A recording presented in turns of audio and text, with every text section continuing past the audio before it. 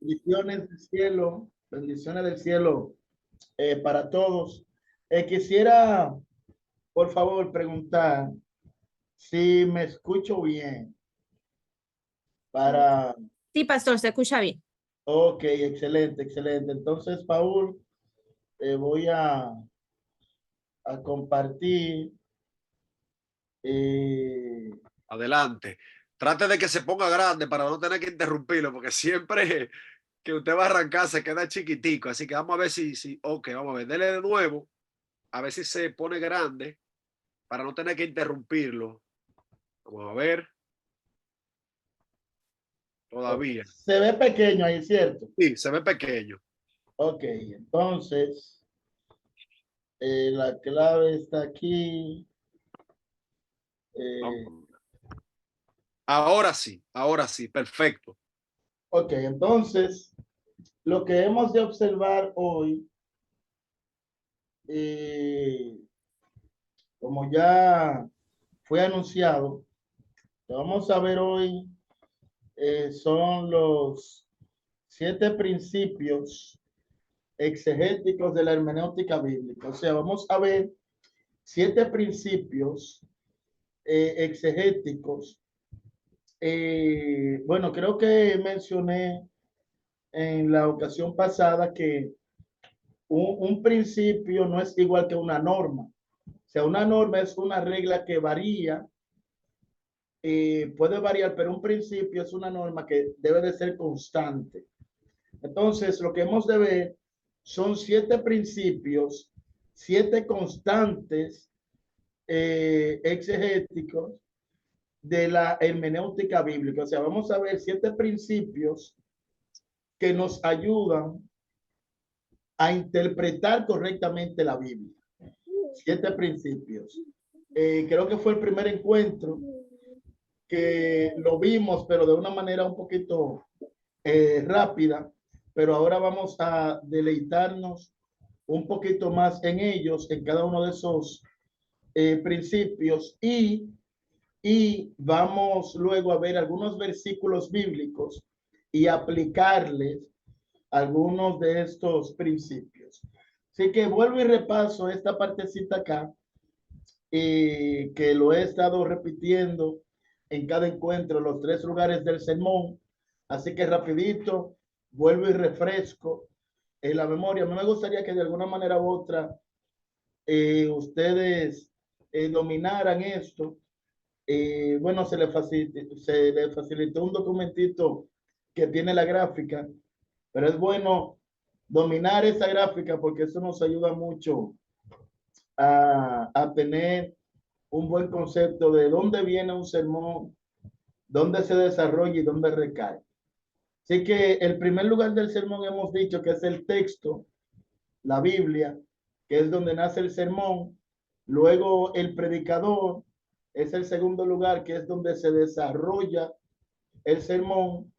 Y el tercer lugar del sermón es la congregación, que es donde recae, donde reposa. Y también hemos mencionado que como son 3 lugares, de un lugar a otro, hay un camino.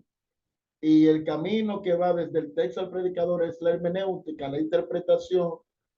Y el camino que va desde el predicador a la congregación es la homilética, que es el arte de presentar lo que ya hemos estudiado. Entonces, hoy vamos a aprender a fajarnos con un texto bíblico, a fajarnos, a ver ciertos detalles para extraer lo que es la sustancia original, lo que realmente Dios quiere expresar por medio del texto de la Biblia. Esta palabra que ustedes ven allí es la palabra griega exégesis.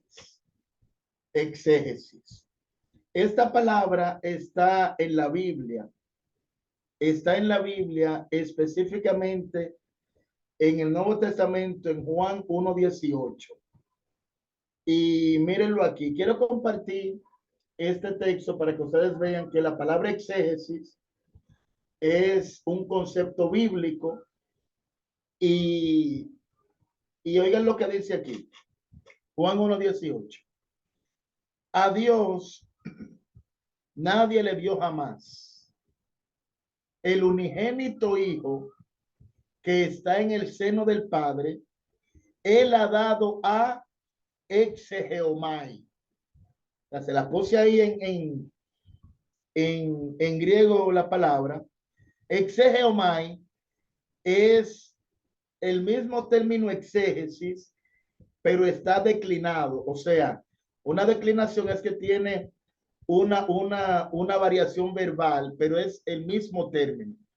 Exegeomai, exégesis, lo que quiere decir es dar a conocer, exponer, exteriorizar la sustancia original de algo o de alguien.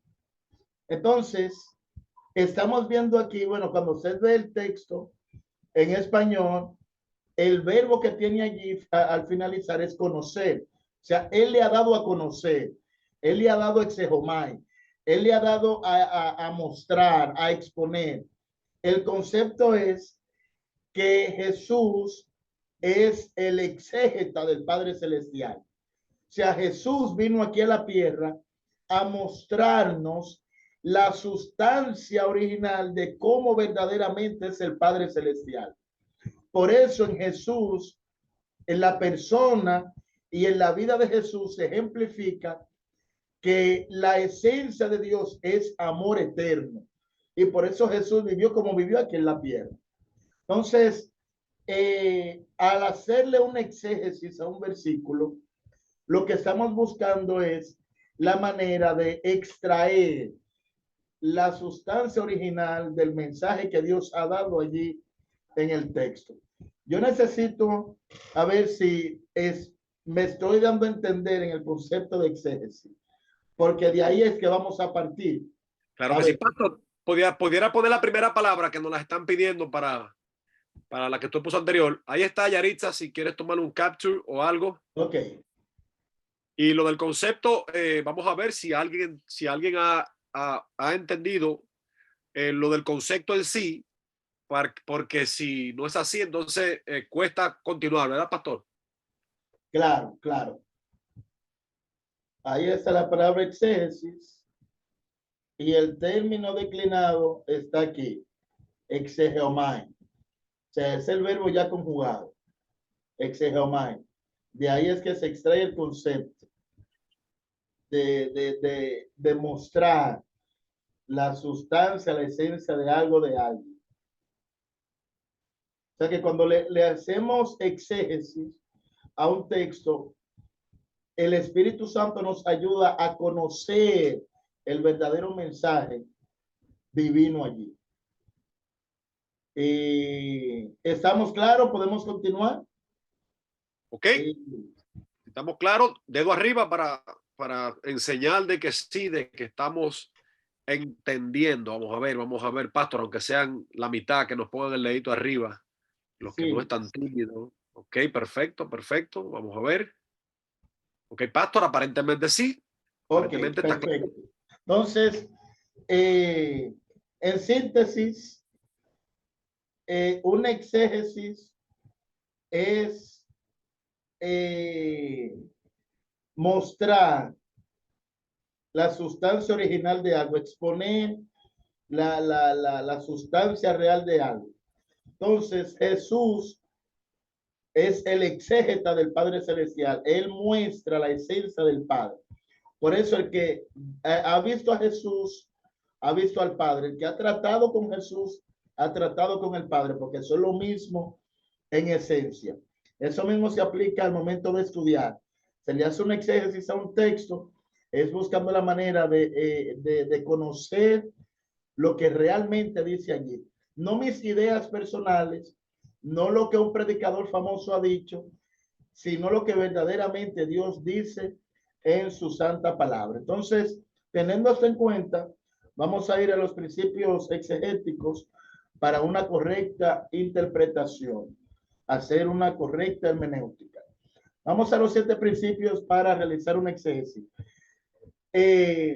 Recuerden que eso no es un sermón. Cualquier preguntita la pueden hacer sin ningún problema. Y hemos mencionado como eso lo vimos anteriormente, pero ahora vamos a verlo con más detalles.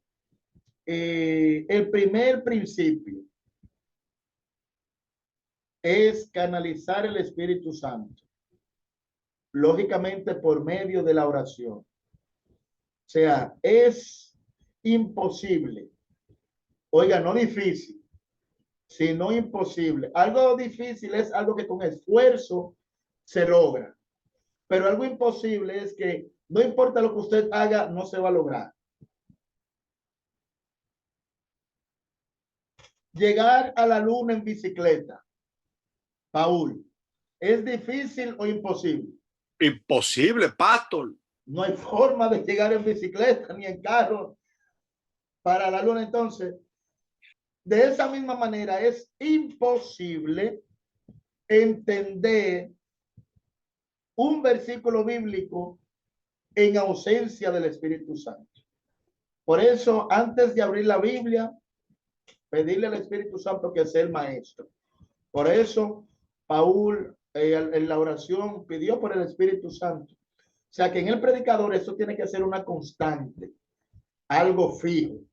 Donde sea que usted va a compartir la Biblia, pedirle al Espíritu Santo que sea el director. ¿Por qué razón?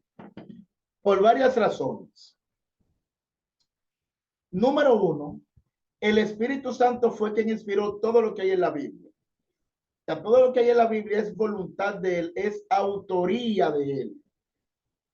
Número dos, nuestro corazón, por causa del pecado, ha tenido grietas y por eso el conocimiento se va. No tenemos esa gran capacidad de análisis por causa del pecado. Nuestro entendimiento es limitado, pero viene el Espíritu Santo y hace una obra extraordinaria y me ayuda a entender, me ayuda a conservar el conocimiento. Y por esa razón es que yo tengo que pedirle a él que él me ilumine, me guíe, me instruya y me capacite cuando tratamos con algo bíblico. Así que eso es lo primero. Número dos, observar los tres contextos del texto. Lo hemos mencionado: el contexto histórico, el contexto mediato y el contexto inmediato. El contexto histórico nos ayuda a entender cualquier elemento cultural que esté en el texto. Por ejemplo,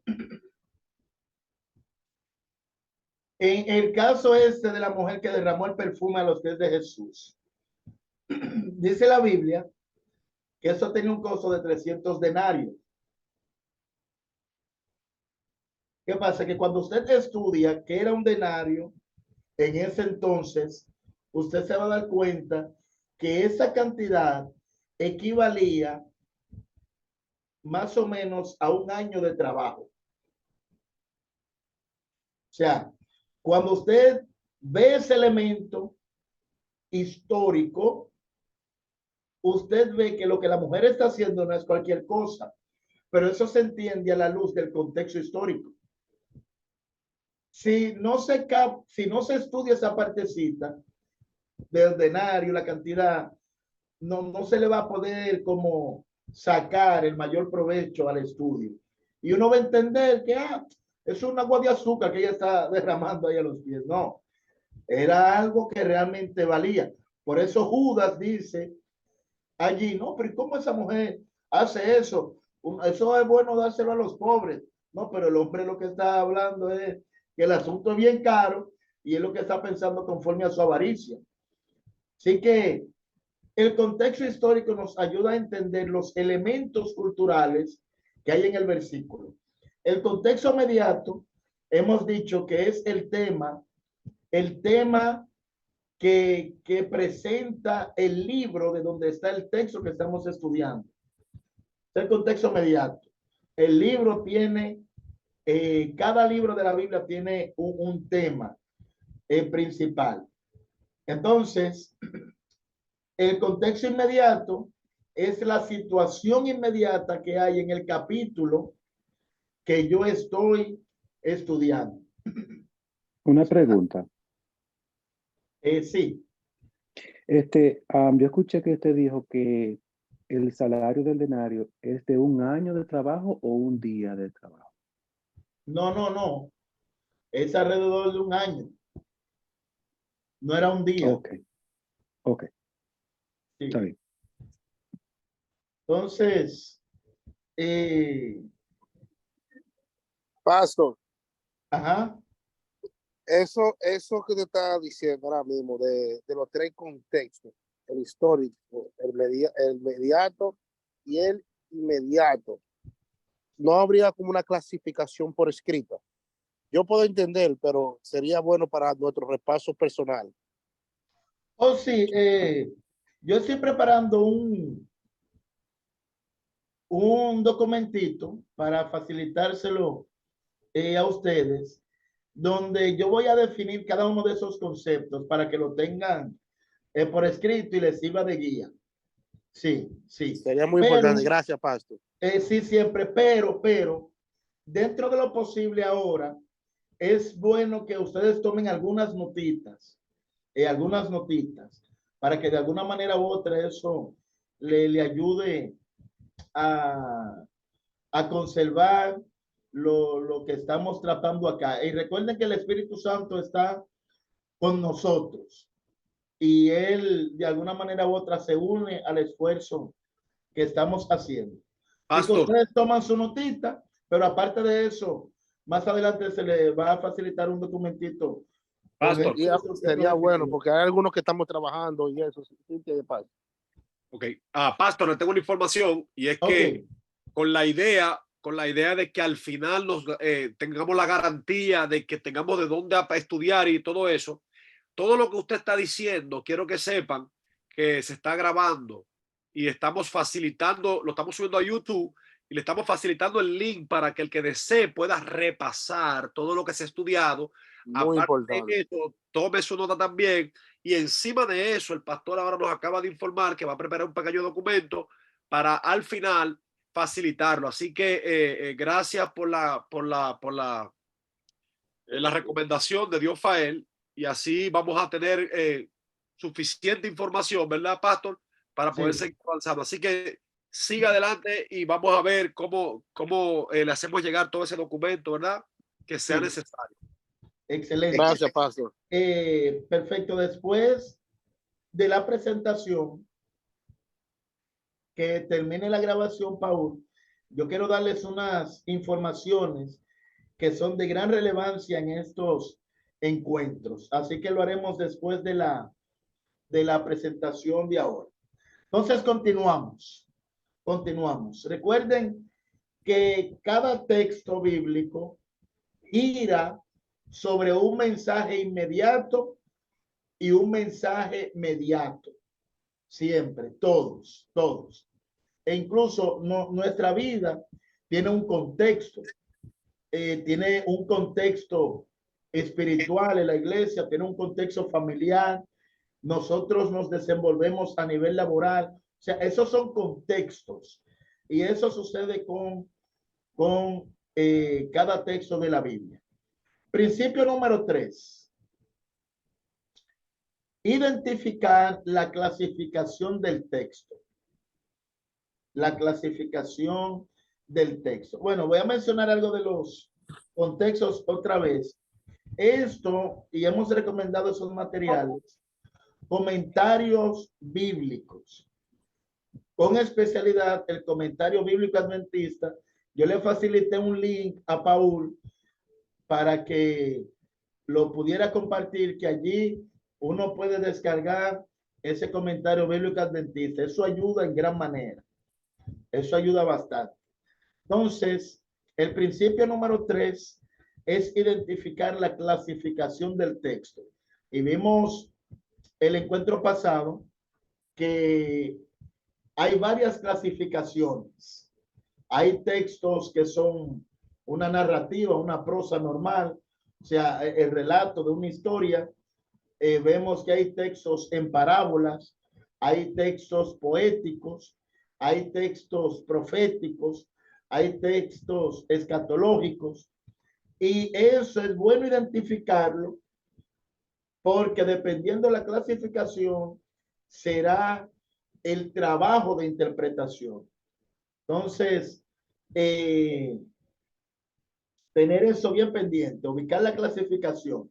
Y si vamos a estudiar un texto que está en Job, en Salmos, en Proverbios, en Eclesiastés o Cantares, en esos 5 libros de la Biblia, uno debe de saber automática que es una sección poética de la Biblia, porque esa es la clasificación poética en la narrativa bíblica. Entonces, si uno va a Daniel o Apocalipsis, ya uno sabe que eso es profecía.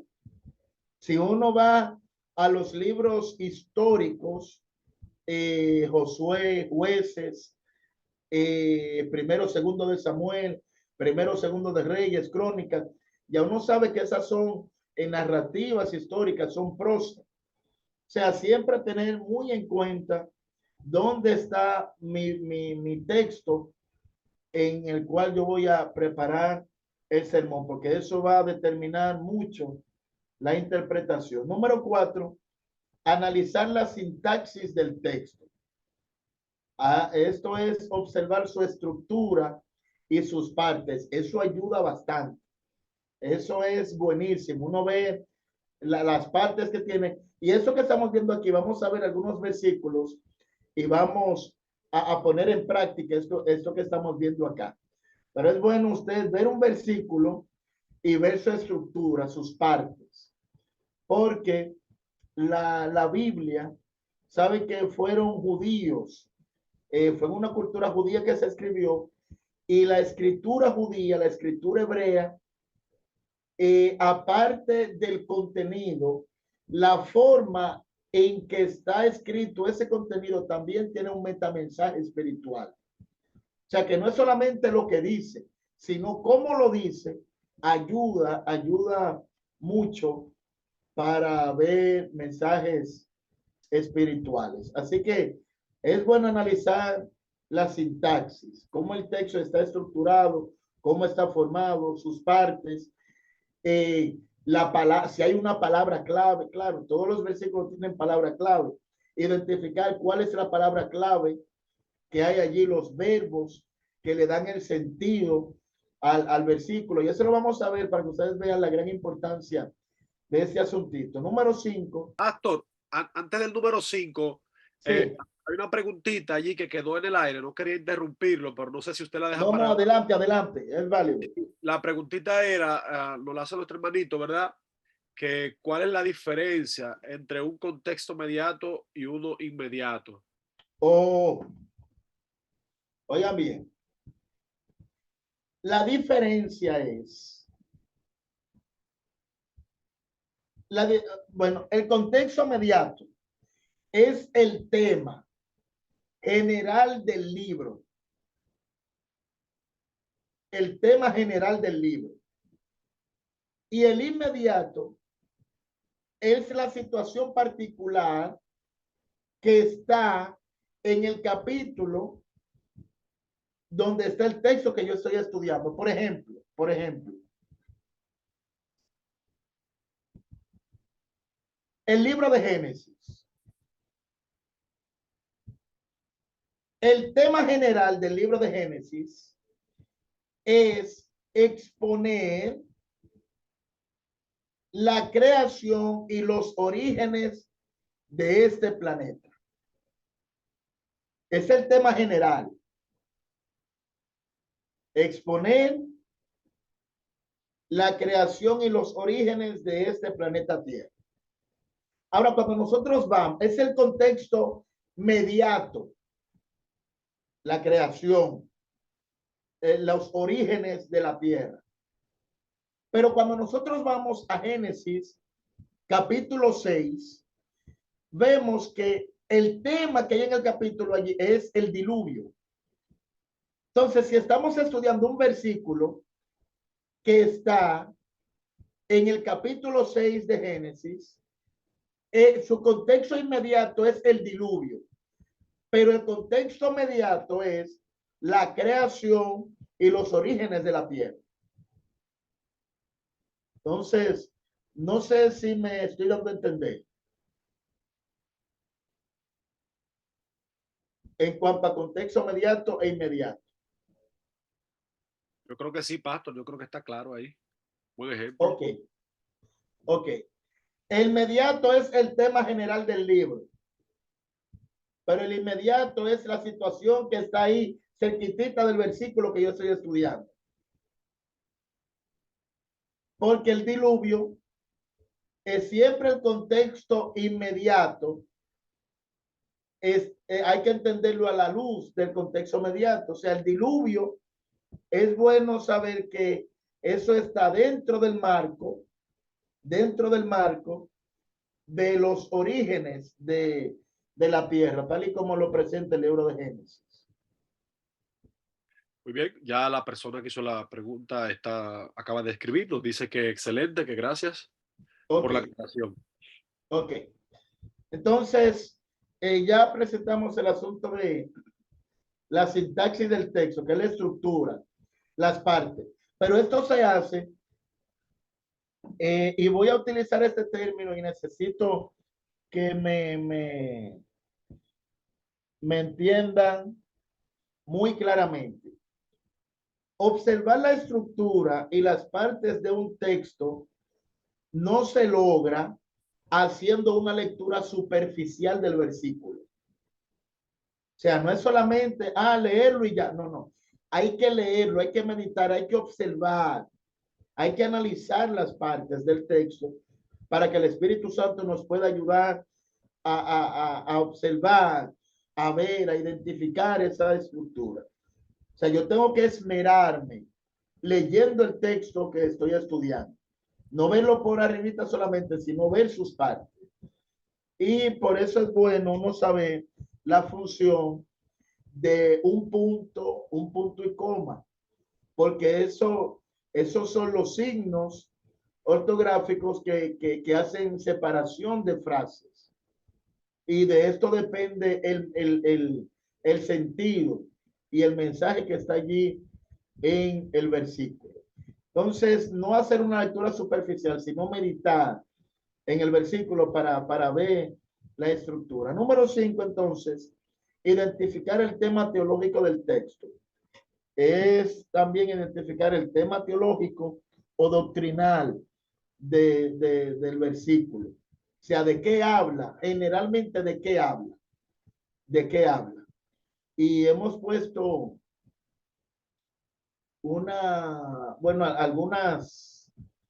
algunos ejemplos de Juan 3:16. ¿Cuál es el tema teológico, el tema doctrinal del versículo? Es la redención. Porque de tal manera amó Dios al mundo que ha dado a su único hijo para que todo aquel que en él crea no se pierda, mas tenga vida eterna. El tema es redención humana, salvación, es el tema principal. La redención, el verbo redimir significa rescatar. O sea, el tema de Juan 3:16 es el rescate que Dios hizo a la humanidad por medio de la persona de Jesús.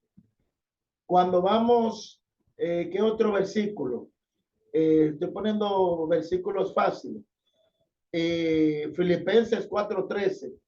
Todo lo puedo en Cristo que me fortalece. ¿Cuál es el tema de ese texto? El tema principal es el poder de Dios. El poder de Dios, sencillamente. Porque de ese poder es que depende mi éxito. De las fuerzas de él es que depende mi avance. Y eso es lo que el texto en gran manera está presentando. En fin, es que siempre identificar el tema principal del versículo que yo estoy estudiando. Ese texto que está, claro, a veces el tema está explícito en una palabra. Cuando vamos a Génesis 6, que dice que la tierra estaba llena de maldad, pero Noé halló gracia ante los ojos de Dios. Ahí el tema es la gracia divina, la misericordia de Dios. Y así sucesivamente. Número 6, entonces, es extraer implicaciones del texto. Y eso lo logramos mediante las preguntas que le hacemos al versículo. Hacerle preguntas. ¿Por qué eso? ¿Por qué tal cosa? ¿Por qué aquello? Y el Espíritu Santo allí iluminando. Y ahí es que uno saca muchas lecciones interesantes espirituales en las implicaciones. O sea que el que logra desarrollarse con la ayuda del Espíritu Santo en este punto de las implicaciones se convierte en el nombre de Jesús en un gran predicador, en un gran expositor de la Biblia. Y número 7 es hacer la praxis del texto, es aplicar el mensaje de la Biblia a la vida actual, a cada persona que lo esté escuchando.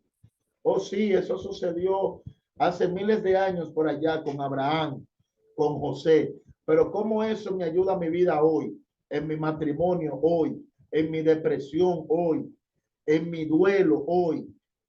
¿Cómo eso me ayuda en mi tristeza? Me expulsaron del trabajo, falleció un familiar querido. ¿Cómo eso me ayuda? Ahí viene que todo eso que estudiamos, aplicarlo a la vida de hoy, porque sin aplicación entonces sería un mensaje estéril, un mensaje que no da ningún fruto. Entonces, estos son 7 principios que no pueden variar al momento de nosotros sacarle el jugo a un texto de la Biblia.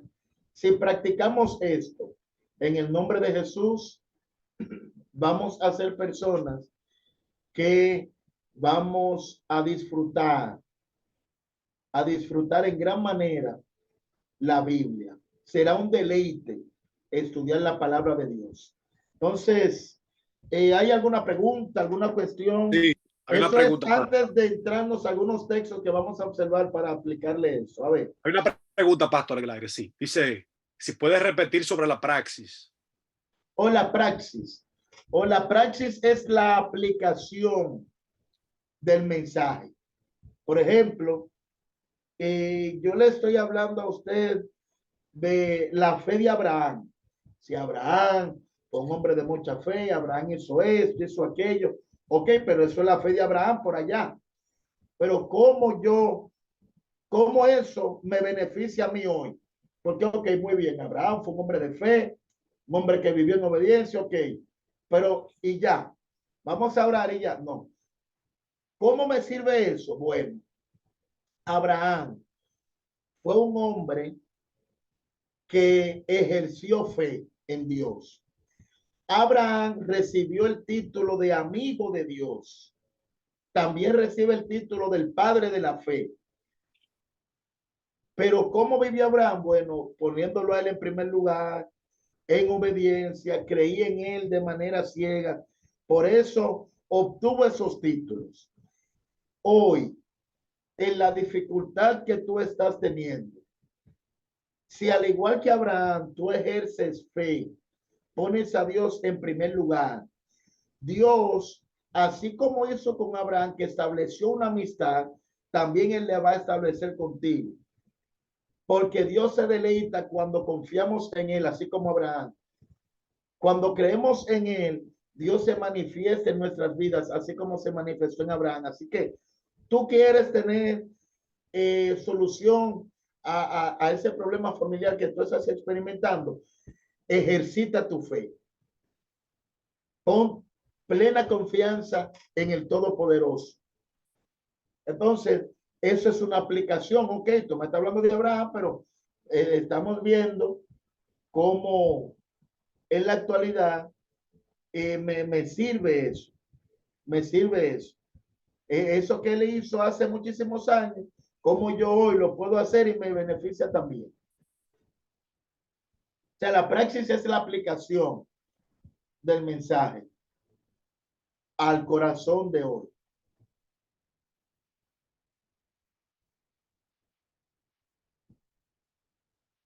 ¿Estamos claros?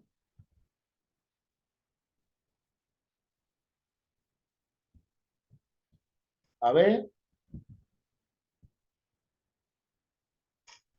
A ver, ¿alguna interrogante? ¿Otra Sí. más? Aparentemente sí, Pastor. Parece que estuvo bien clarito porque el ejemplo que usted hizo aplicativo ahí fue bastante simple, pero que nosotros a diario vivimos momentos difíciles, y como Abraham tuvo un momento difícil, de igual forma nosotros podemos obtener esa fe a través de la relación con Dios. Está muy, muy claro. Así que sería bueno, Pastor, entonces, que antes de jugar con el texto, de chequear algo con el texto, como usted nos dice, si hay alguna pregunta sobre estos 7 pasos, algún paso, por favor, es el momento, ¿verdad? Antes de pasar, que lo ejecute por aquí, por el chat, o levante la mano y se exprese. Le damos la oportunidad antes de pasar a otra parte. Así nos vamos, cambiamos de modo, ¿verdad? De modo teórico a modo práctico, pero Hello. sí, adelante, Onésimo. Hola, buenas noches, bendiciones para todos. Pastor, yo sé, bueno, va parte de estos 7 pasos. Mi pregunta es la siguiente. Hoy en día nosotros, gracias a Dios, a mí nunca me ha pasado, pero he tenido amistades que ellos dicen que ellos ya se saben el tema del que van a hablar. Ya ellos saben el versículo que van a hablar y han predicado esa historia o ese tema muchas veces. A ellos saber este tema y a saber esa historia, muchas veces cuando ellos le tocan predicar, ellos no estudian porque ya ellos supuestamente saben todo. Pero nosotros, sin importar lo que sabemos, si el Espíritu Santo no está dentro de nosotros, no está dentro de este tema, no importa que si tú sabes la Biblia completa, si el Espíritu Santo y Dios no están contigo dentro de ese tema, entonces la palabra que tú vas a decir o vas a predicar son vacías, porque Dios no te apoya en eso. No importa que tú sepas el tema o te sepas el versículo de la Biblia de memoria, si tú no estudias el tema y no lo pones en la mano de Dios, la prédica tuya no corre, no funciona, no fluye. Entonces, ¿cuál sería la recomendación para estas personas que dicen, no, yo me sé el tema y me sé mi versículo bíblico, pero y por eso yo no tengo que estudiar para cuando me inviten? Ok, oye, excelente, excelente. Pastor, ese que Sí. habló ahí, Onésimo, es uno de los jóvenes que está ahora mismo capacitándose, pero que ya se adelantó. Ya Onésimo está predicando en las diferentes iglesias del área. Un joven Gloria a poderoso Dios. y que sabe buscar, ¿verdad?, dónde entrenarse para capacitación. Él pudiera decir que se lo sabe todo, sin embargo, cada noche está aquí tomando la capacitación. Así que, Ok, Onésimo, gracias por estar con nosotros. El Espíritu Santo te Amén. va a seguir utilizando con poder. entonces, Onésimo, un nombre de peso ese del Nuevo Testamento. Onésimo, mira, lo primero es que el único que sabe se llama Jehová. Para mí, ¿quién sabe? El que tiene la capacidad de hacer un planeta, un sol, un mundo, árboles, el que hace el oxígeno, el que diseña la eternidad, para mí es el que sabe. El que se sabe 2 o 3 versículos tiene algunas informaciones, pero el saber es algo que pertenece a Dios de manera exclusiva. Entonces, Satanás tenía muchísimas informaciones. En el cielo él tenía, y él las sigue teniendo. Él no estudia en ninguna universidad, ni Harvard, ni Oxford, en ninguna. Fue él mismo la fuente de la sabiduría, lo capacitó a él. Y mira, aún con todas las informaciones que tiene, hoy es el diablo y está condenado a perdición y destrucción eterna. O sea que el único que sabe es Jehová. Y en cuanto a Biblia se refiere, el que en esencia sabe Es el Espíritu Santo, número uno. Número dos, la persona que dice que no, yo no necesito tal cosa, yo me lo sé. Falta que se aprenda el versículo donde dice, Jesús, aprended de mí que soy manso y humilde de corazón. La humildad en el ámbito eclesiástico es algo muy fundamental, muy fundamental. Y el que ejerce el asunto del orgullo, que en eso consistió el problema de Lucifer en el cielo, está en peligro espiritualmente. Y yo te voy a mencionar esto, Onésimo, entre nosotros aquí en familia. Yo he tenido la oportunidad de estar predicando y estudiando la Biblia, investigando ciertos asuntos desde los 16 años y medio. Yo tengo más de la mitad de mi vida. Y el yo decir que no, ya tal cosa yo me lo sé, yo no necesito tal cosa. Yo estoy siendo lamentablemente en ese momento en que yo digo tal cosa y expreso eso, instrumento del enemigo. La palabra de Dios es un documento vivo que cada vez que vamos a ese documento, nuestra vida se renueva. Y por eso lamentablemente hay personas que no estudian ni siquiera el folleto de escuela sabática porque creen que ya se lo saben todo. No. El único que sabe es Dios, y tú y yo necesitamos constantemente disfrutar de cada texto de la Biblia. Incluso vamos a ver a continuación algunos versículos que son muy populares, pero yo le voy a presentar algunos asuntos que posiblemente no lo hayan visto, pero están en el texto. Y yo te aseguro, Onésimo, que esos compañeros, si están aquí o estuvieran aquí, van a ver cosas que, aunque son textos muy conocidos, hay cosas ahí que no son comunes, porque la palabra de Dios es algo muy, muy bueno e interesante. O sea que a esas personas le falta humildad y le falta conocer que la palabra de Dios es algo vivo, que da vida cada vez que nosotros vamos a ella. Así que la recomendación a esas personas es que aprendan de Jesús la humildad y que sepan que la Biblia no es un libro cualquiera y que todos lo necesitamos. Y hay un dicho que dice, no sé, Paul, si se conoce allá en Estados Unidos, pero el que sabe nadar es que se ahoga mayormente, porque la autosuficiencia es peligrosa, es peligrosa. Pastor Paul tuvo que salir, él regresa en algunos minutos, ¿ok? Ok, Amén, ok. amén. Ok, entonces, vamos a ver este versículo. Este versículo. Es un versículo muy conocido. Es un versículo que todo el que está aquí se lo sabe de memoria. Y yo mencioné algo de este versículo en el primer encuentro rapidito, pero quisiera presentarle otros elementos del mismo versículo. Ahora vamos a poner en práctica algunos de esos principios que acabamos de ver. Una de los principios es uno ver la estructura del texto, la sintaxis. Y esto consiste en uno ver en cuántas partes está dividido un versículo, cuántas partes tiene, sus oraciones, y también identificar algunas palabras que sean clave, algunas palabras clave. Dice este versículo, dicho sea de paso, es el salmo más famoso de todos, el salmo más famoso de todos. Y este versículo sencillamente dice, Jehová es mi pastor, nada me faltará. Jehová es mi pastor, nada me faltará. Lo primero que quiero resaltar del versículo es el término Jehová, el título Jehová. Oiga bien. O sea, vamos a poner en práctica para, claro, eso es el resultado de estudios que he hecho del versículo, pero para que ustedes vean cuál es el resultado de hacer un buen análisis exegético y uno dar, uno seguir esos pasos de los que hemos hablado. El término Jehová es el nombre, escuche bien, es el nombre inmanente de Dios. O sea, Jehová es el nombre inmanente de Dios. ¿Qué significa la inmanencia de Dios?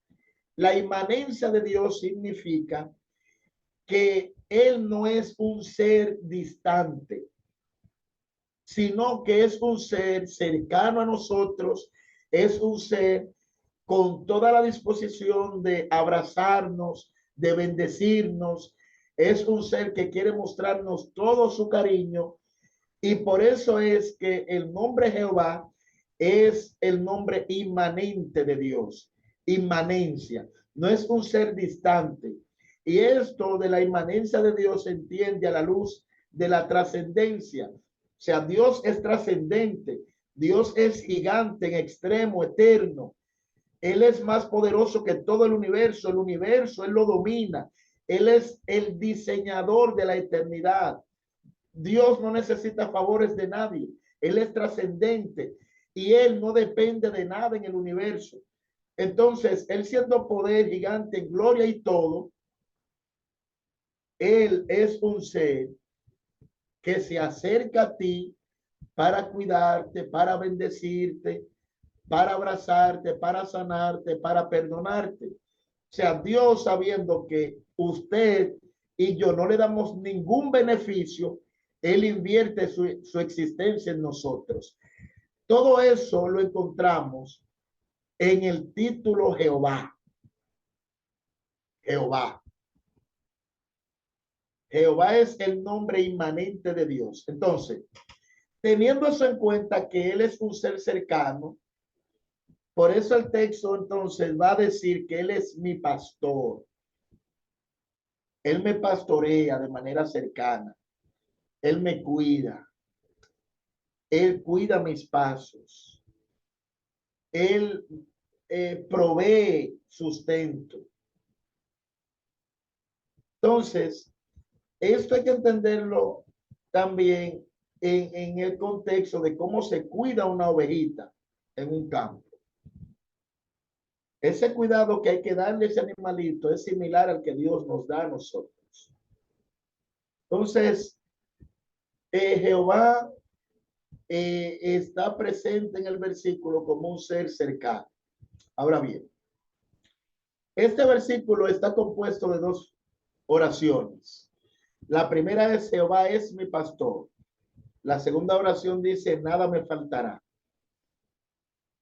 Cada una de las oraciones tiene un verbo. Y mire cómo está subrayado allí. El primer verbo, la primera frase, Jehová es mi pastor, el verbo es ser. El verbo ser. Y el verbo ser allí está conjugado en presente. No en pasado porque no dice Jehová fue mi pastor. Tampoco está en futuro porque no dice Jehová será mi pastor. El verbo ser aquí está en presente porque dice es mi pastor.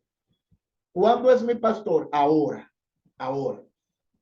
Entonces, Jehová es mi pastor. Y la segunda oración entonces dice nada me faltará. En la segunda oración vemos el verbo faltar. Faltar. Estamos repasando porque esto lo vimos anteriormente. Entonces vemos que el verbo faltar no está en pasado porque no dice nada me faltó. Tampoco está en presente porque dice, no dice allí explícitamente nada me falta, sino nada me faltará. Originalmente en hebreo, que es el idioma original del texto, este verbo no está en futuro, porque entonces no combina con el primer verbo de la primera oración del texto. Si originalmente ese verbo faltar está en presente también, al igual que el verbo ser. Entonces, originalmente dice, Jehová es mi pastor y nada me falta. O sea, en el presente nada me falta. Ahora, ¿por qué nada me falta? Ahí viene el mensaje núcleo del versículo. ¿Por qué nada me falta? Porque Jehová, que es el todopoderoso, que es el trascendente, que es el eterno, él me pastorea, él está conmigo. Entonces Jehová es todo en el universo. Y si él está conmigo, nada me falta. Nada me falta. Por eso la mayor riqueza que usted puede tener no es un Tesla. La mayor riqueza que tú puedes tener no es una casa, una mansión. La mayor riqueza se llama una persona y esa persona es Jehová de los ejércitos. Y eso está claro en el texto. El que lo tiene a él lo tiene todo. Usted puede ser una persona materialmente próspera, pero si no tiene a Jehová, le falta todo. Sin embargo, usted puede ser una persona con muchas carencias materiales, pero si tiene a Jehová, usted lo tiene todo. Y eso es lo que dice el Salmo 23:1. Nada me falta porque Él está conmigo. Entonces, ese es un simple ejemplo de cómo hacer un análisis de un versículo. Uno ve las palabras importantes. Bueno, Jehová es mi pastor. Oh Jehová, ¿qué función hace Jehová en el texto? Entonces, ¿cómo David, que habló de eso hace miles de años, cómo eso me sirve a mí? Bueno, de la misma manera en que David se dejó pastorear de Dios, si usted pone su vida al servicio del Todopoderoso, si usted le dice, Señor, guíame, pastoréame, Señor, ilumíname, yo quiero ser verdaderamente tu oveja, a usted no le va a faltar nunca la misericordia, el amor, el perdón y la eternidad de Dios. Nada le falta. Entonces, estamos claros en este ejercicio aquí, el Salmo 23:1. A ver. ¿Se pudo entender algo? A ver. ¿Se pudo entender algo? Que alguien abra el micrófono y diga si se entendió algo o no se entendió. ¿Entendió, pastor? Ok. Mira que sí que te entendí más perfecta que los demás, porque de verdad para yo predicar estoy estudiando, pero tú sabes cómo es Carmen Torres.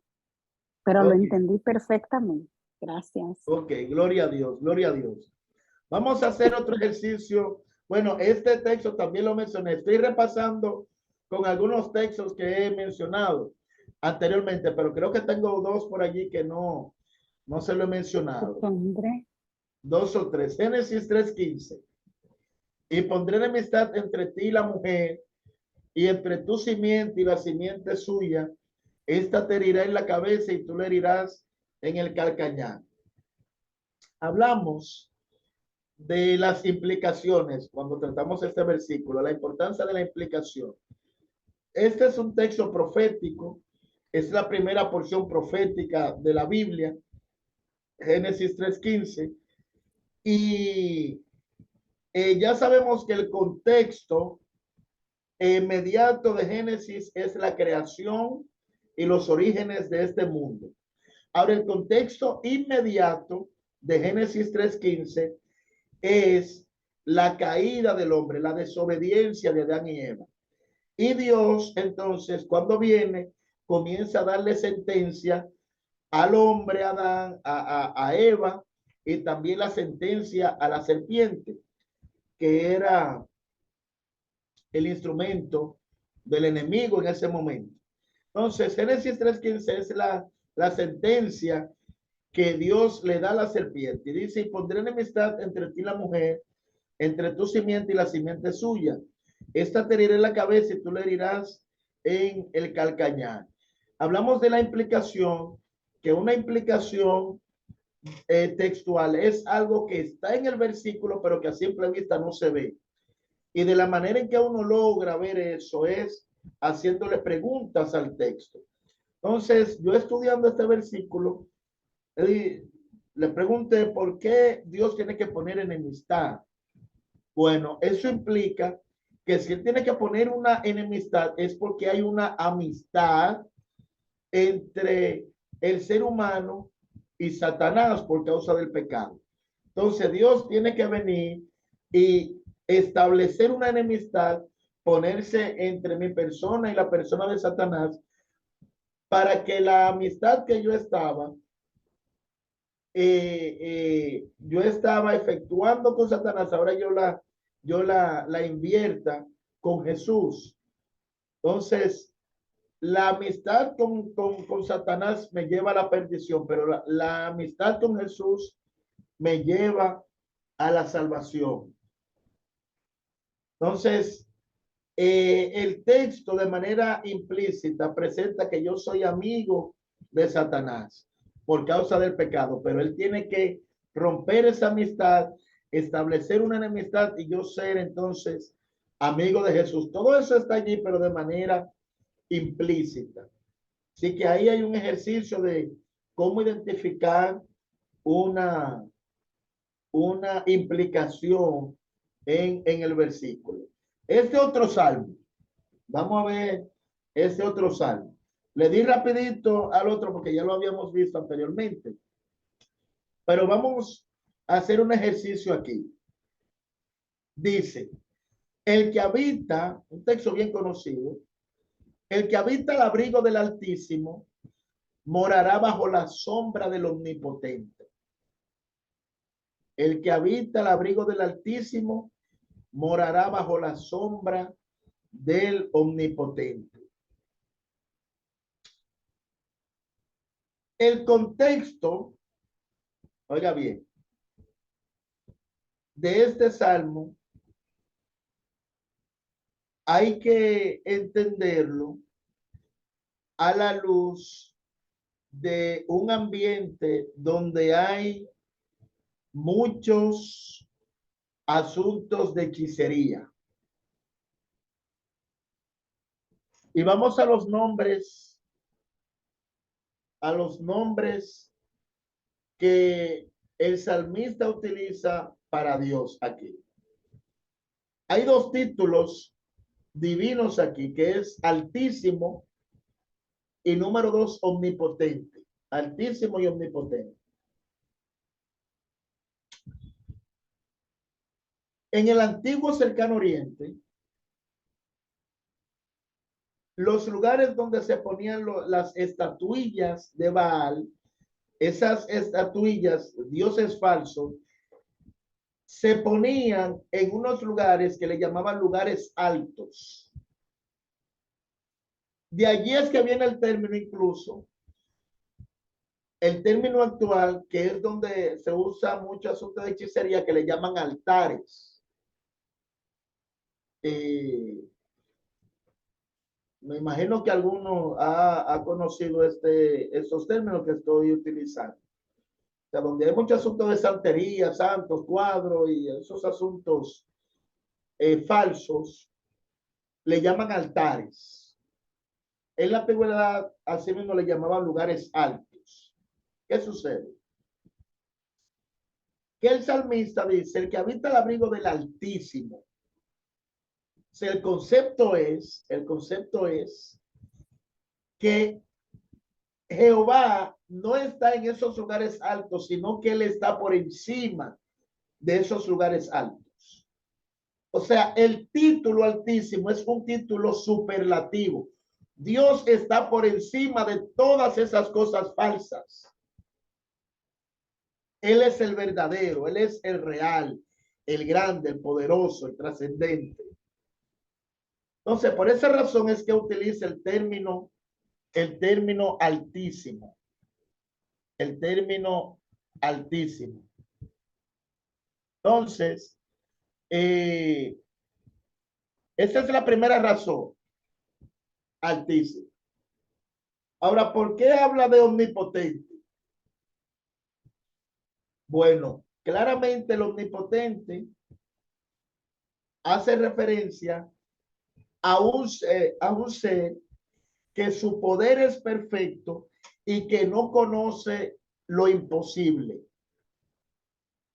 A diferencia de esos cuadros viejos, de esas estatuillas, de esa vela que se prende, no, eso no tiene ninguna función.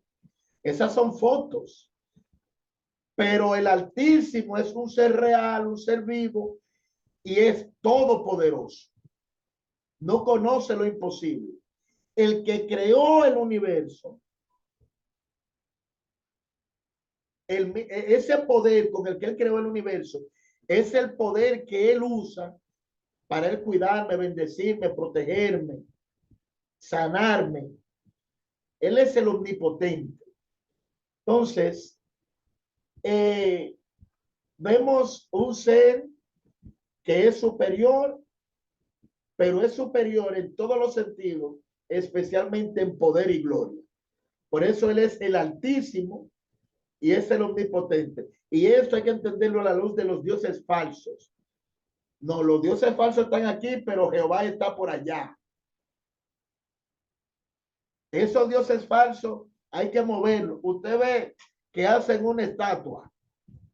Esas personas que adoran estatuas, esa estatua no se mueven sola. Hay que estar moviéndola. Hay que estar despolvándola. Nada de eso sirve. Pero Jehová es el omnipotente. Él no necesita de nadie. No, no. Él es la fuente del poder universal. Entonces, él es el Altísimo y el omnipotente. ¿Qué pasa? Que ese omnipotente hace referencia a que un poder sin límites, sin límites. Pero ese poder sin límites no es para todo el mundo. Y el texto da una condición especial para que un ser humano sea beneficiado por ese poder del omnipotente. ¿Cuál es la condición? La palabra abrigo. La palabra abrigo. La palabra abrigo en hebreo es sot. Sot. Sot. La palabra sot tiene varios significados. Oigan bien, mis queridos. La palabra sot tiene varios significados. Primer significado es amistad. Segundo significado es compañerismo. Tercer significado es abrigo, de hábitat, de estar. De Estados Unidos sabe muy bien cuál es la función de un abrigo. Y número cuatro es intimidad. ¿Qué sucede? Que el sot es una relación, pero es una relación divino-humano. Divino-humana. No se aplica en una relación humano con humano. Por ejemplo, yo soy amigo de Paul, ahí no se aplica el sot porque los dos somos humanos. Ahora, cuando la Biblia expresa que Dios, que Abraham era amigo de Dios, ahí hay un sot. Cuando se dice también que el corazón de David era conforme al de Dios, ahí hay un sot también. Pero una relación humano con humano no se aplica, ni compañerismo, ni amistad, ni abrigo, ni intimidad. ¿Qué pasa? Que el núcleo principal de la palabra sot es intimidad, intimidad. Ese es el significado supremo del término, intimidad. O sea, en otras palabras, el texto lo que dice originalmente es el que habita en intimidad con el Altísimo, ese morará bajo la sombra del Omnipotente, ese disfrutará de los beneficios del Omnipotente. El que está en intimidad, el que realmente, y una intimidad es una relación sin nada de separación. Todo eso está ahí en el versículo. Todo eso está ahí en el versículo. Entonces, Eso es para que podamos ver lo maravilloso que es hacer un análisis textual. Porque uno ve cosas y uno es bendecido en gran manera. Entonces, usted quiere ser una persona que Dios lo conecte con su poder de bendición. Manténgase en intimidad con el Altísimo. Manténgase en intimidad con él. O sea, intimidad es no solamente ir a los cultos. Oigan bien. No solamente ir a los cultos. Los días de culto, no. Es tener una relación que donde sea que usted se mueva, él sea su prioridad. Y usted, oiga, la prioridad sea él. Yo voy al trabajo y todo lo que hago es pensando y relacionándome con mi Dios. Cuando yo voy a enamorar a alguien también, cuando yo estoy chapeando con alguien, cuando voy a comprar un vehículo, voy a comprar una casa, cuando voy a hacer oficio en la casa, todo, intimidad con Dios. Y yo voy a ser una persona beneficiada por su poder. Pastor, Sí. qué interesante lo que usted acaba de mostrar allí con ese versículo bíblico, porque nos ayuda también a entender un texto que fue uno de los textos que se hizo más famoso en los tiempos de pandemia. Y el texto que se hizo más famoso en los tiempos de pandemia fue el versículo 10 del mismo Salmo 91:1, que dice: no te sobrevendrá mal, ni plaga tocará tu morada. Todo el mundo en el WhatsApp, en el Instagram, en todos los muros, su fe basada en ese texto, pero usted ahora aclara mi mente y me dice a mí que ese beneficio de que seremos cubiertos de plagas y todo eso solamente para aquellos que habitan al abrigo del Altísimo. O sea, no es verdad que si yo ando como impío, si yo ando bebiendo, si yo ando deshaciendo, yo voy a estar cubierto por el poder del Omnipotente. No. Esas son, oye, el poder divino es la bendición cumbre que Dios le da a uno de sus hijos, y es una bendición exclusiva. Y esa bendición exclusiva son los que para los que están en intimidad con él, no para todo el mundo. Oye, el sol, ¿qué vitamina? Perdón, ¿qué vitamina da el sol, Paulo? D. Eso le da a todo el mundo. El impío, el cristiano, todo el mundo. El agua, todo el mundo. El oxígeno, todo el mundo tiene acceso a eso. Pero esperanza, paz interior, vida eterna, corona de vida eterna. O sea, son bendiciones exclusivas para los que están en intimidad con el Altísimo. O sea que de usted depende si usted se abraza de esas bendiciones exclusivas del Omnipotente. Y solo eso se hace por medio del sol, que es intimidad con el Altísimo. Podemos seguir entonces, Pablo, con otro versículo. Vamos a ver si hay alguna pregunta en la sala, alguna, si estuvo claro, si aprendió algo nuevo de ese versículo. Yo quiero ver las reacciones realmente.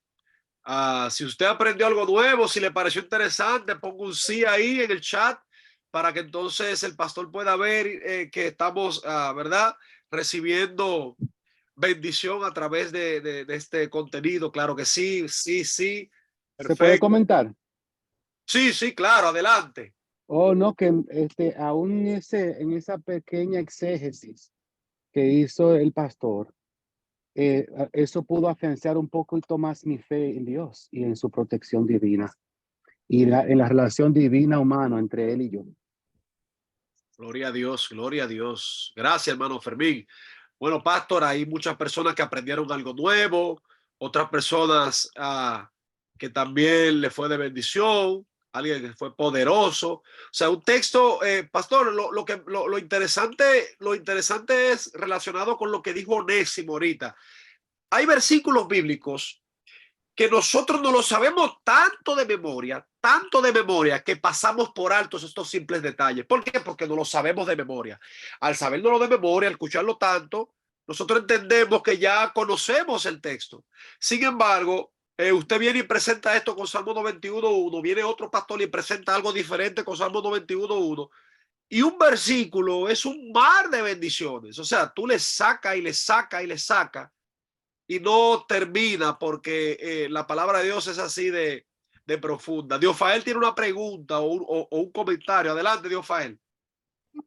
Sí, no, es un comentario referente a eso que tú estás exponiendo ahora. A veces cuando yo me toca predicar, yo tengo un bosquejo, ¿verdad?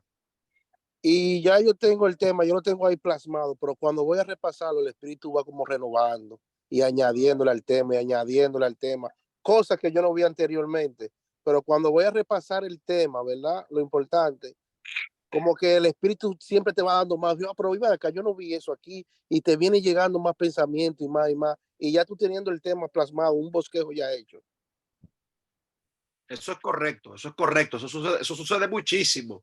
A veces yo tengo un bosquejo, a veces yo le predico a mi esposa el tema que voy a presentar, y después que se termine el tema, ella me pregunta que cuando yo busqué eso, que de dónde me saqué. Digo, no, eso surgió allí porque uno se pone en las manos de Dios. Franklin, ¿tiene un comentario o pregunta? Adelante, Franklin.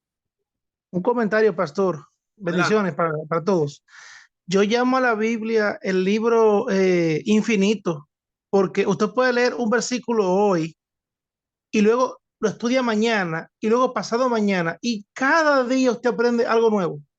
Si usted lo analiza todo bien y le crea su contexto y todo eso, siempre aprende algo nuevo usted. Es increíble. Bendiciones. Gracias, hermano Franklin. Así es. Bueno, pastor, yo creo que estamos ready para continuar. Una de las cosas que yo hice en el versículo, cuando comencé a estudiarlo, es que yo me pregunté por qué aparecen dos títulos para Dios en el versículo. Oiga, cada palabra en un texto tiene un porqué y un para qué espiritual. Nunca en un texto de nada por sentado. Por eso, pregúntele al texto y analice. Y recuerde que usted tiene un Espíritu Santo ahí que le va a ayudar. Y con materiales, el espíritu de profecía ahí, el comentario bíblico adventista. En fin, es que el Espíritu Santo está dispuesto a ayudarlo. Y como mencionó Franklin, que le llama el libro infinito, así lo es, porque todo lo que yo le mencioné de ese versículo es la primera parte de la introducción del contenido de ese versículo. O sea que la palabra de Dios es maravillosa. Por eso nadie puede decir nunca, no, ya yo me sé eso. No. El que dice que sabe es la principal característica de que verdaderamente no sabe nada. Entonces, en cuanto a palabra de Dios, el único que sabe es el Espíritu Santo. Otro texto, entonces, que vamos a ver es este. Salmo 51:10. Este y otro. Vamos a ver dos más. Dice el salmista David: crea en mí, oh Dios, un corazón limpio y renueva un espíritu recto dentro de mí. El contexto histórico de este texto es cuando David cae en pecado con Betsabé. O sea, un montón de situaciones le vino a David después de ese pecado. Y el contexto es, el contexto histórico es que David, después que cometió ese pecado, él viene con este arrepentimiento genuino. Y la oración como resultado de ese arrepentimiento genuino es esta oración. Salmo 51, especialmente el versículo 10, donde él expresa, crea en mí, oh Dios, un corazón limpio y renueva un espíritu recto dentro de mí. Lo primero que quiero resaltar del texto es los términos que él utiliza, que es crea y renueva, crear y renovar. El verbo crear que él utiliza es bara. Ese es el mismo verbo que Moisés, inspirado por el Espíritu Santo, utiliza en Génesis 1:1, cuando dice: en el principio creó Dios los cielos y la tierra. El mismo verbo bara. ¿Qué pasa? Que el verbo bara significa crear de lo inexistente. Oiga bien, crear de lo inexistente, o sea, crear de donde no hay. Dios, lo que él creó, él no lo creó a partir de una materia preexistente, sino que él mandó y existió. Él dijo, sean los árboles. Él no tomó nada de ningún otro mundo por ahí. No, él dijo, sean los árboles, y aparecieron ahí. El poder de su palabra. Entonces, ese crear que Moisés utilizó, inspirado por el Espíritu Santo en Génesis 1:1, es el mismo que David le expresa a Dios en oración.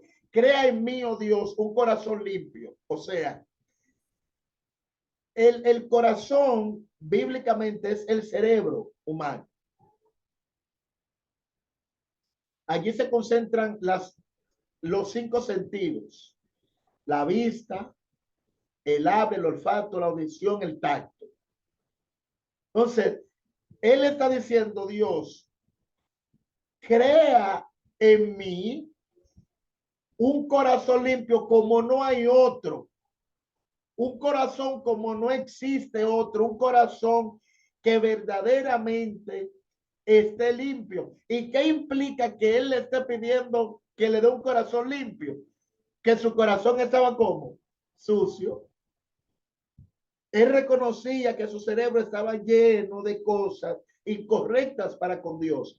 Por eso él cae en pecado. Ahora él viene y se levanta. Dice, Dios, crea en mí un corazón como no hay otro, un corazón como no existe, un corazón exclusivo, un corazón especial, un corazón limpio. Entonces, ¿qué implica esto que David le estaba pidiendo a Dios? Ayúdame a ver cosas diferentes. Ayúdame a escuchar música diferente. Ayúdame a hablar palabras diferentes. Ayúdame a tocar cosas diferentes. Y renueva un espíritu recto dentro de mí. Hay algo que me llama la atención del texto, y es que él dice, crea en mí y dentro de mí. O sea, crea en mí, luego dentro de mí. O sea, él le está pidiendo a Dios, no enfocado en nadie más, no en los ancianos de la iglesia, en la directora de escuela sabática, en esos dirigentes que no sirven, en eso, no, en mí, el que está dañado soy yo. Concéntrate en mí, Jehová. Yo soy el que te necesito. Una actitud buenísima, no enfocarse en el pecado de nadie, la maldad de nadie, no. El principal que está dañado soy yo. Por eso él le pide, crea en mí un corazón limpio y un espíritu recto dentro de mí. O sea, que el poder del Espíritu Santo trabaje en mi interior. Oiga bien, mi querido. David le está pidiendo que el mismo Espíritu Santo que se movió en la creación, recuerdan Génesis 1:2, y la tierra estaba desordenada y vacía, y las tinieblas cubrían la superficie del abismo, y el Espíritu de Dios se movía sobre la faz de las aguas. O sea, cuando el Espíritu Santo se movió, ahí fue que comenzó la creación. Eso lo vemos en el relato de Génesis. David está tomando la figura de la creación y le está diciendo, Dios, así como se movió el Espíritu Santo, que él se mueve en mi interior y que él haga una creación nueva, renueve todo mi interior, que verdaderamente esté en conexión contigo por toda la eternidad. Entonces, después que David hizo esta oración, fue entonces que Dios confirmó que el corazón de David era conforme al de él. No fue antes, sino después de esa oración. O sea que es algo para nosotros imitar a David. Imitar a David. Y déjenme decirles, Pastor, pero le voy a decir una cosa. Yo creo que ese es el mismo pensamiento de mucha gente aquí conectada, Pastor. Yo le voy a decir una cosa. Hasta que yo no aprenda a encontrar tanta cosa en un solo versículo, usted no se va a ir de aquí. Se lo voy a decir desde ahora. Familia, si ustedes están conmigo, pongan que sí si ustedes están conmigo. Si el pastor no nos enseña a nosotros cómo encontrar tanto asunto en un solo, mire ese versículo que lo he leído yo muchísimas veces. Dígame usted. No, Paul, no es un solo versículo, es una palabra. En una palabra. Amén. Ayúdenme, por favor, pongan que sí, que hasta que yo no aprenda, hasta que él no me ponga un ejercicio, un asunto, que yo aprenda a encontrar tanto, mira, nada más crea en la primera. No, pastor. Es más, usted no sabe lo que usted se ha metido aquí en este grupo, para más decirle. Este grupo es un grupo que tiene hambre de exponer la palabra de Dios y aprender. Mire cómo está ese grupo encendido ahí. Aquí se queda, dice Jaime. pero esto es lo que hemos estado presentando. Esto en el ejercicio es que se va logrando. O sea, yo espero, yo necesito, Dios también desea que el tratar estos principios exegéticos no se quede aquí en la presentación, sino que usted lo ponga por obra y práctica, y a medida que usted vaya ejercitando, usted va a ir adquiriendo destreza. O sea, esto no es, yo no lo aprendí ahorita. O sea, ha sido el resultado de ejercicio y el Señor ayudándome allí. O sea, es fajarse con el texto. Yo conozco su deseo, pastor, yo conozco su deseo, pero también conozco el deseo de este grupo. Póngase las pilas y órele al Señor para que aquí, aunque sea, aprendamos con el primer verbo que aparezca en el versículo, aunque sea, si es verdad que usted quiere pasarla bien, nada más se lo estoy diciendo. Yo voy a tener esta gente encima de mí y usted no me va a dejar este libro aquí en Estados Unidos, así que siga adelante, yo lo voy a dejar tranquilo, no lo voy a interrumpir más, siga adelante. Entonces, en síntesis, aquí en el texto,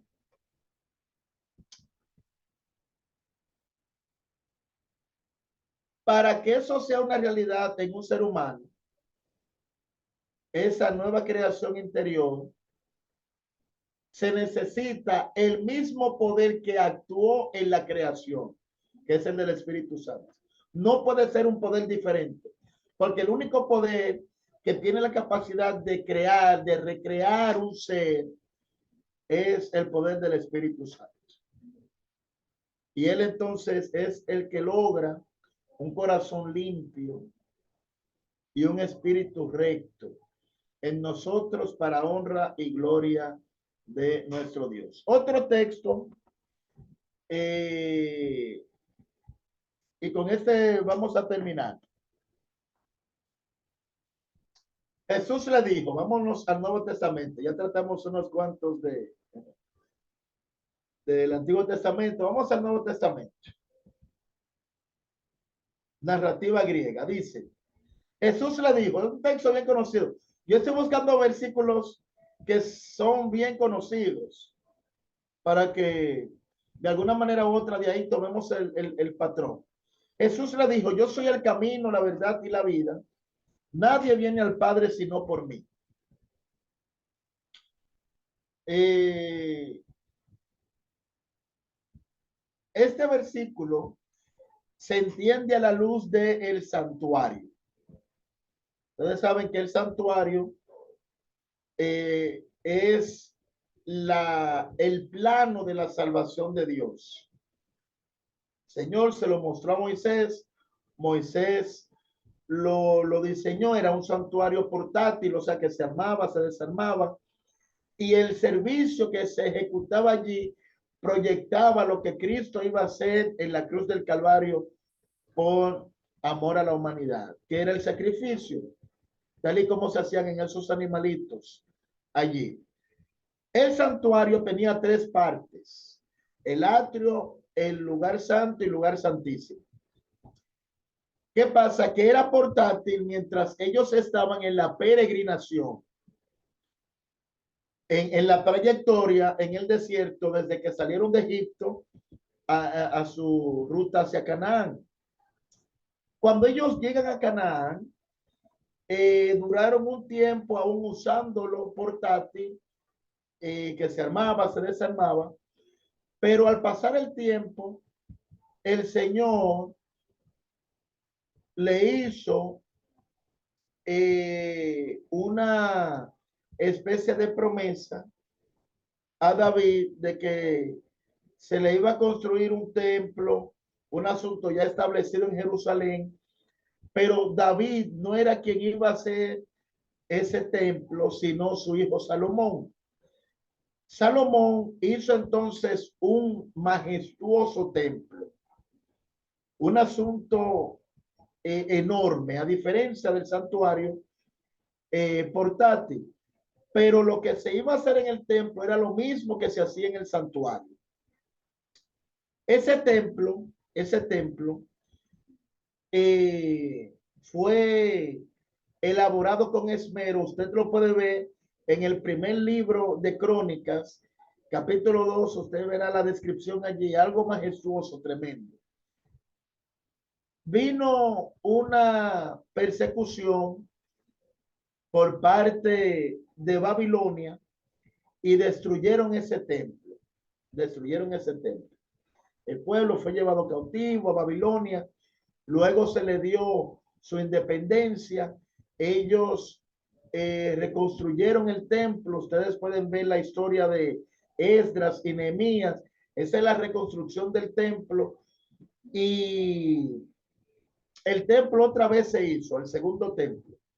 Luego, en los tiempos de Jesús, el rey Herodes le hizo una especie de remodelación a ese templo. Ese templo era la gloria del pueblo de Israel.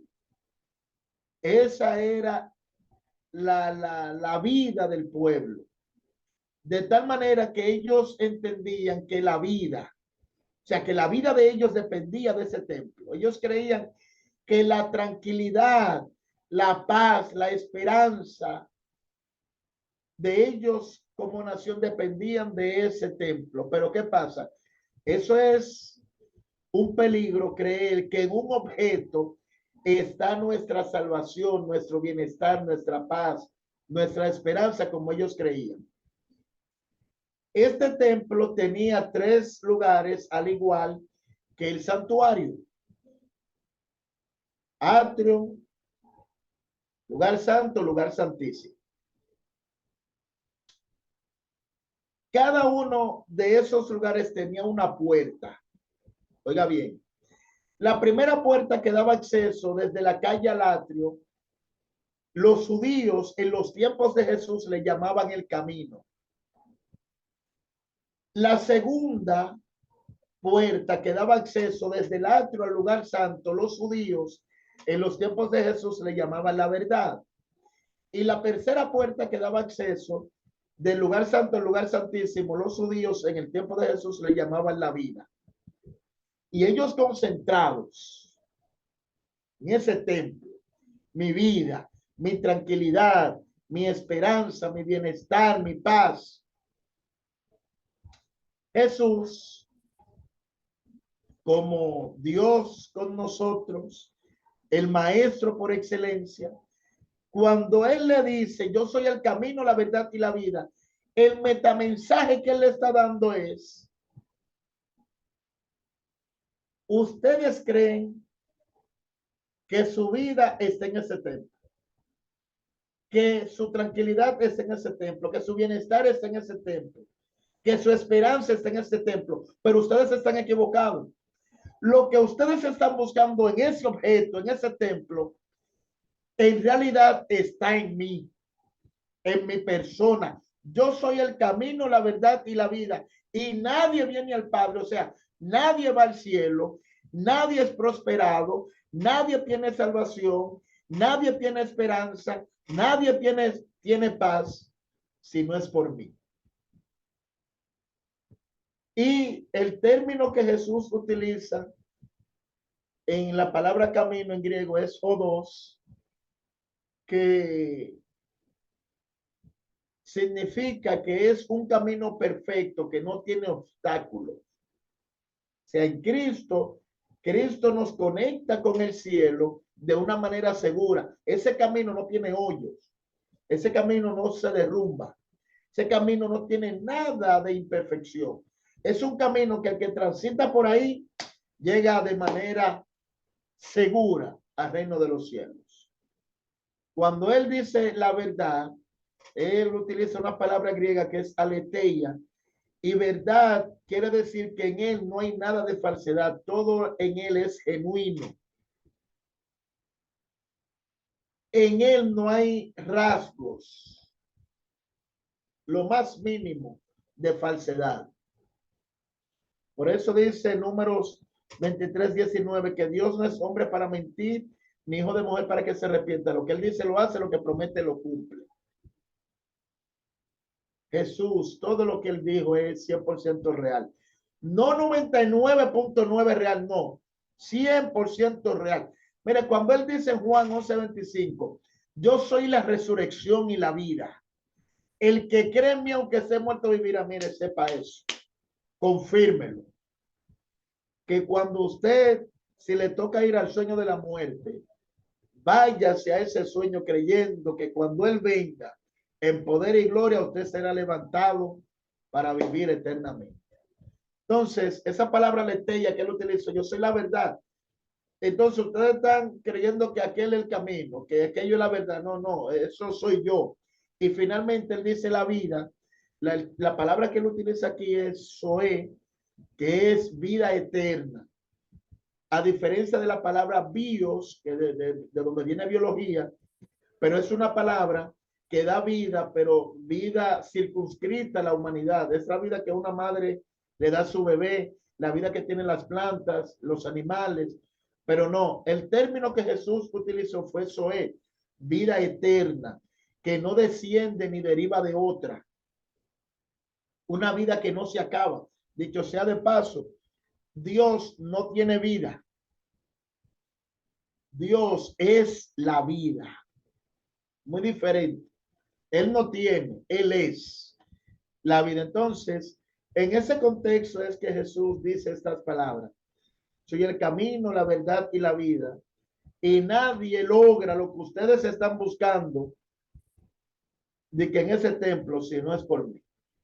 Así que esta ha sido un breve ejercicio de algunos versículos de cómo trabajarlo exegéticamente. Y finalmente digo esto, es imposible hacer un correcto procedimiento hermenéutico sin la presencia del Espíritu Santo.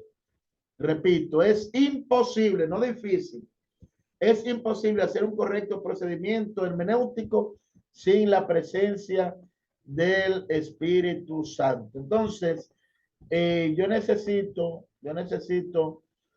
Paul, que todos los que estamos aquí entendamos que el ser humano en la iglesia y en todo el mundo lo que necesita es la Biblia. Al momento de usted predicar, dar un estudio bíblico, no le haga cuento, no le haga fábula, enséñele la palabra de Dios, que es lo único que le da esperanza a cada corazón destruido hoy. Biblia, Biblia y más Biblia. Bueno, muy bien, ya ustedes vieron, le puse el link en el chat, por favor, inscríbanse allí para la asistencia, que el último día se me olvidó, pero ya yo tengo más o menos ubicado. Así que el link ha sido en el chat, por favor, ponga su asistencia, pastor. Vamos a dar una primicia, estamos trabajando fuertemente para que podamos tener un encuentro presencial con usted aquí en los Estados Unidos. Así que gloria a Jehová. Se le fue la señal a Paul un ratito, pero creo que Paul le está diciendo que usted puede venir al rally de la federación y hacer el predicador. Amén. Es el pastor dijo que sí, vi la cabeza, dijo que sí, Paul. Y lamentablemente No es un bueno, encuentro, es que lo así, vamos a amarrar para traerlo para acá. Es bueno, amarrado. lamentablemente yo voy a una conferencia justamente, pero al área de Nueva York, y La estaré iglesia del de Boston Jamaica Church Hispanic. allá, pero no estaré cerca de Boston. Estará en Sí, Jamaica Hispanic, ¿verdad? sí, ciertamente. Aquí hay algunos de ahí, Paul. Habían inscrito, no sé si están conectados ahora mismo. ¿Hay algún miembro de Hispanic ahí, de Jamaica Hispanic? Sí, Jenny es de Jamaica Hispanic. Oh, Perfecto, excelente. Jenny, ya usted sabe, amarre el pastor que va para allá por una semana a dar una conferencia. Lleve su amigo, lleve su amiga, replete la iglesia para que el Espíritu Santo y familia, le pido muchas oraciones por el pastor, porque el pastor tiene muchos compromisos, pero el Señor le hace grandes cosas a través de su vida, no solamente de la de él, sino quiere hacer algo excelente en la vida de cada uno de los que estamos conectados aquí, porque lo que él está presentando fue lo que un día alguien también le enseñó. Por lo tanto, él está transfiriendo sus conocimientos a nosotros y estaría muy mal ante el cielo que nosotros no pongamos en práctica, pastor, lo que usted nos está presentando cada noche. Así que damos gracias a todos los que se han conectado y algunos se nos quedaron, pastor, se nos quedaron unos 10 personas, 12 personas. Si usted no vio a su amigo conectado, dígale lo que aquí pasó esta noche, que fue poderoso, y dígale que no se pierda el próximo encuentro que será mañana. Mañana a la misma hora será el próximo encuentro, así que no se lo pierda. Pastor, ¿y qué hay para mañana? Mañana ya vamos a entrar en lo que es ya la parte homilética. Okay. Ya hemos tenido unos encuentros ya viendo cómo trabajar el texto bíblico, entonces vamos a entrar ya a la parte homilética de cómo de elaborar un sermón para presentarlo. Quiero mencionar algunas cosas que dije que al principio le iba a mencionar después de la exposición, después de la grabación, para presentar algunos asuntos que concierne a nosotros. Oiga bien, este es un proyecto que ha iniciado, pero en el nombre de Dios, nosotros en este proyecto estamos siendo canales para nosotros bendecir a otros más adelante. O sea, Dios espera que todo lo que aprendamos espiritualmente sea para nosotros ejercerlo en la iglesia.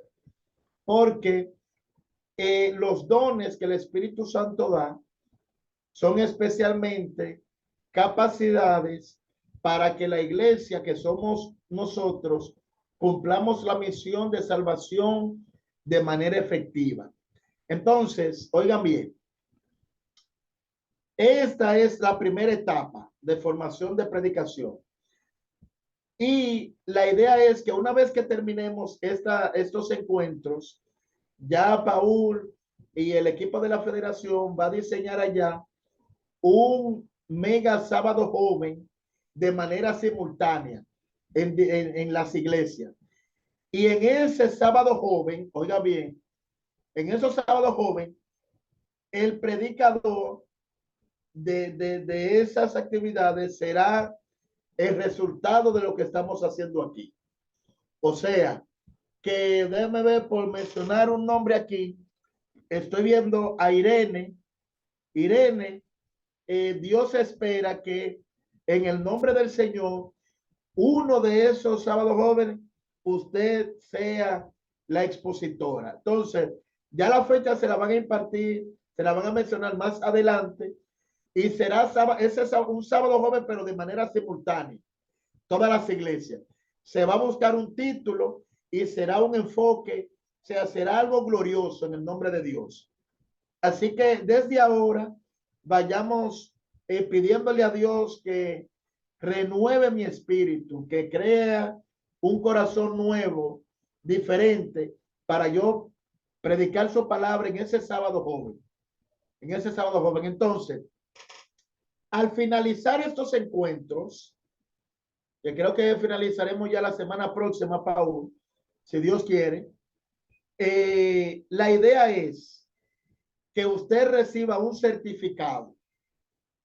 Pero el certificado tiene una condición. ¿Cuál es la condición? Usted va a tomar un versículo, va a presentar, va a preparar un mensajito de 5 minutos y usted va a hacer un video.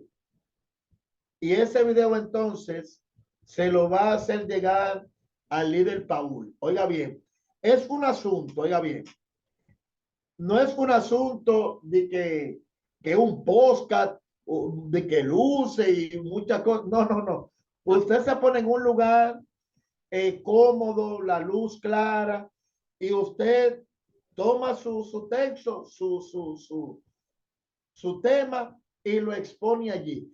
Eso no es para publicarlo en YouTube.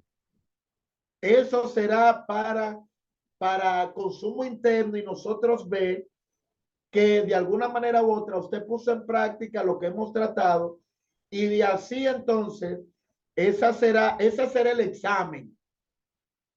Y entonces el que envíe su videíto, ese recibirá su certificado. Entonces, oigan bien, así es que vamos a cerrar esa primera etapa.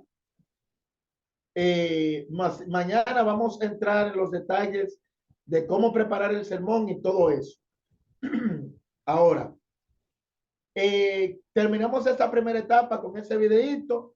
Es para observarlo solamente, darle su certificado. Luego, estemos en preparación para cuando lancen la fecha del sábado joven, usted esté en plena disposición. Y así es que el Señor bendice al joven predicador cuando esté en disposición y pone en práctica esto. Y ustedes han visto que exponer la palabra de Dios no es algo difícil, es todo lo contrario. Y con el Espíritu Santo allí ayudándonos, es algo bien fácil para hacer. Entonces, luego viene eso del sábado joven. Habrá, Paul, intercambios también. O sea, no necesariamente usted estará en su iglesia, sino que posiblemente Migdalia vaya a la iglesia de Paul y así sucesivamente. Eso es lo que concierne a este año. Pero el año que viene, le voy a dar esta primicia, Paul. ¿Se la puedo dar? Pero Pato, no, lo del año que viene, dígalo mañana, hoy no. Ah, bueno, entonces. Pero está bien, ya que usted está desbordado, dígalo ya, porque ¿cómo va a ser? No, lo decimos mañana. Mañana. Lo que venga mañana, le decimos lo que se está preparando para el año que viene. En fin, es que para este año lo que el Espíritu Santo tiene es este proyecto aquí, es la primera etapa.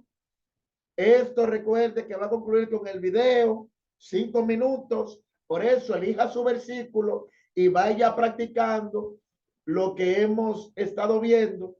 Y ya mañana vamos a ir viendo de cómo exponerlo, cómo presentarlo. Y ese será el examen, 5 minutitos y más adelante la fecha del sábado joven donde usted tendrá la gran oportunidad de ser el instrumento del Espíritu Santo en alguna de esas congregaciones.